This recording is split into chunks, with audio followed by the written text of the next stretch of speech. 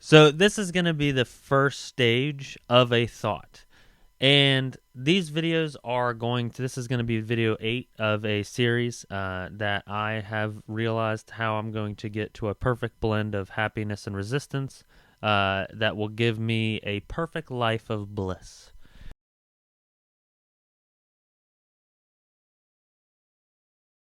So, communication is the most important thing, and communication with another person starts with 4 stages.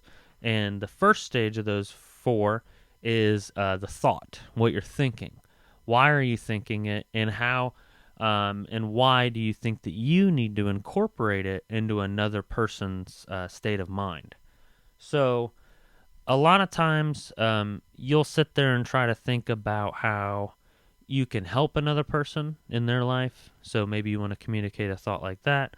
I say that just because this video would be technically classified as like a self help. And a lot of times, self help moves into trying to help yourself as well as other people. And whenever you're trying to help yourself, sometimes you want to help other people because you want to try to teach. Whenever you can kind of teach that idea, it kind of helps other people. But the problem is, a lot of people are going to just take it as criticism, and they're going to take it as you should, and then they're immediately going to clam up, and they're immediately going to go into a state of like frustration or a state of aggravation, and they're going to try to get out of the situation, and they're not going to want to continue thinking or talking to you. So my thought process starts with stage 1, figuring out what it is that I want to communicate and what's most important, and then thinking about how that thought is going to go through all of the stages. Think about do I need to wait for a certain time so that way I can say it loud enough and everybody will be quiet, and then they can hear me say what I need to say, or um, do I need to wait a little, or do I need to interrupt people? And then, well, maybe interrupting people is actually going to cause a little bit more effect in what I'm going to say, or maybe that would actually ruin the effect because of what I'm trying to say is supposed to be kindness or something like that. So in your head, um, I like to build up these thoughts into quick muscle memory rules, kind of, and then that way, when you're in the situation, you're not sitting there in your head thinking about all these things. You just kind of like, oh yeah, I remember this flow. I remember this flow, and then a lot of times I just kind of remove my thought process from a verbal thought process and try to go to an understanding thought process, and then move it into just thought verbal for what you want to possibly say to the other person. So, try to keep yourself and then what you're going to actually say out loud separate, so that way in the moment you're professional. You're doing what you need to do, and that's that second stage, and that's going to be that next video is going to be about executing the thought and actually doing what you need to do. And then in your head right now, or practice pre-time, before the time you want to maybe figure out what it is that you want to say, write it down in a script, and then practice it over and over and over again. That way, whenever it comes time to actually say it, you just bam, you just hit it perfect. And why would you? I know this comes down to like, why do you keep wanting to do certain things, and why would you overthink, and why would you this or why would you that? And the idea is like, this is so that you don't overthink. In my opinion, as a person that has a limited amount of time to get what you want executed, or think about what you want, like communicate what you're thinking to another human being. Like, let's say that it's your dad or it's your mom or it's your sister, and you only see them for so long or a very short window of time. Like, do you want to fill it with all the hooping along around and the being a little kid, or just being yourself, or do you want to actually fill it with the being serious, like getting this stuff done? Because while you're by yourself, you can kind of be in the confusion state and be in the relaxed state and kind of not think all the time and not be there. But then in the moment, maybe you do want to think.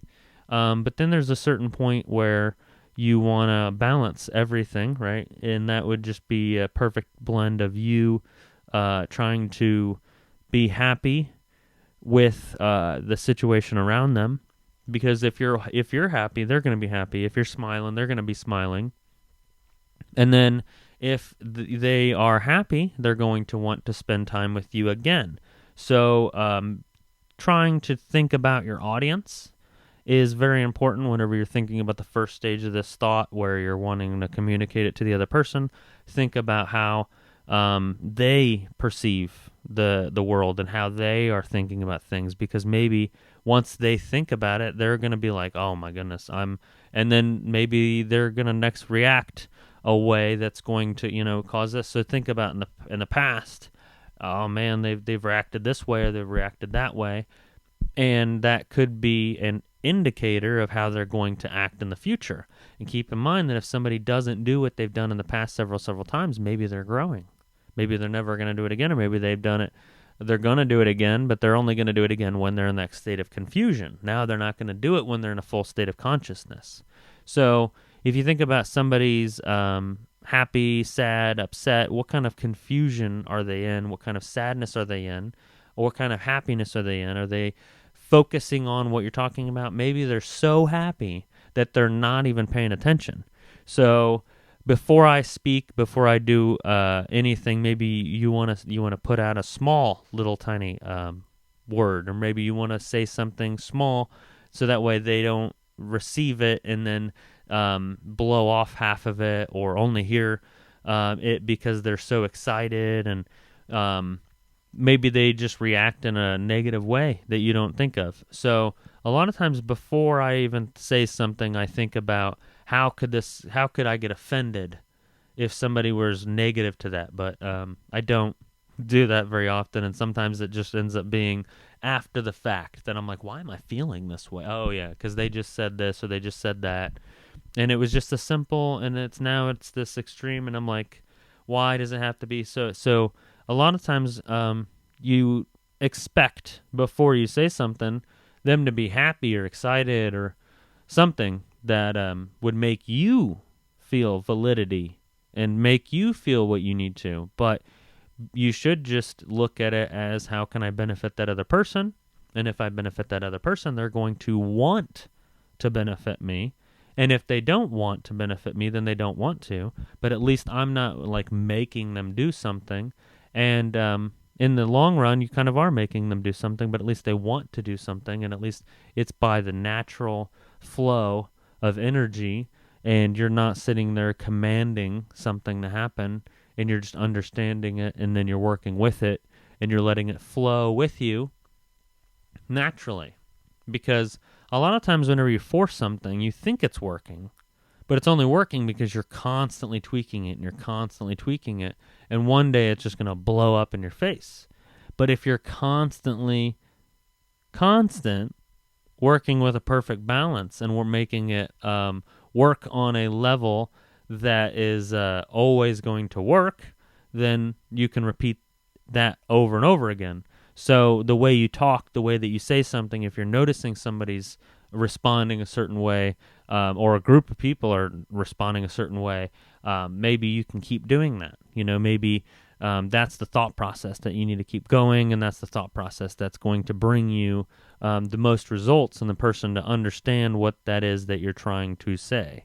So speaking is going to be the next part. That's going to be in the next video. That's going to be the next way that you can manipulate your reality through your own thoughts, because your thoughts basically can become reality if you're able to manipulate every action and every butterfly effect, right? So if you go back in time and then you touch something, it's going to alter everything else, and then you go back in the future, you're like, oh my goodness, what did I touch? Turns out it was a blade of grass. So if you only knew that you can just think a different way, causing you to say what you want a different way because of what you're thinking, what you knew about that other person, and then you were able to then go to the next video to learn how to say physically, or how I should say how I've learned, or what I know about saying things correctly, and then they will be able to react the way that you want them to react, causing your vision to be achieved through the goals and then through the small tweaks in your daily life that caused your goals to be achieved, caused your vision to come to life, and you are now able to have a happy life of perfect bliss, of perfect resistance and happiness, all because you yourself are just a more dedicated person. I don't know. Thank you very much for watching these videos. If you like them, please subscribe, comment down below.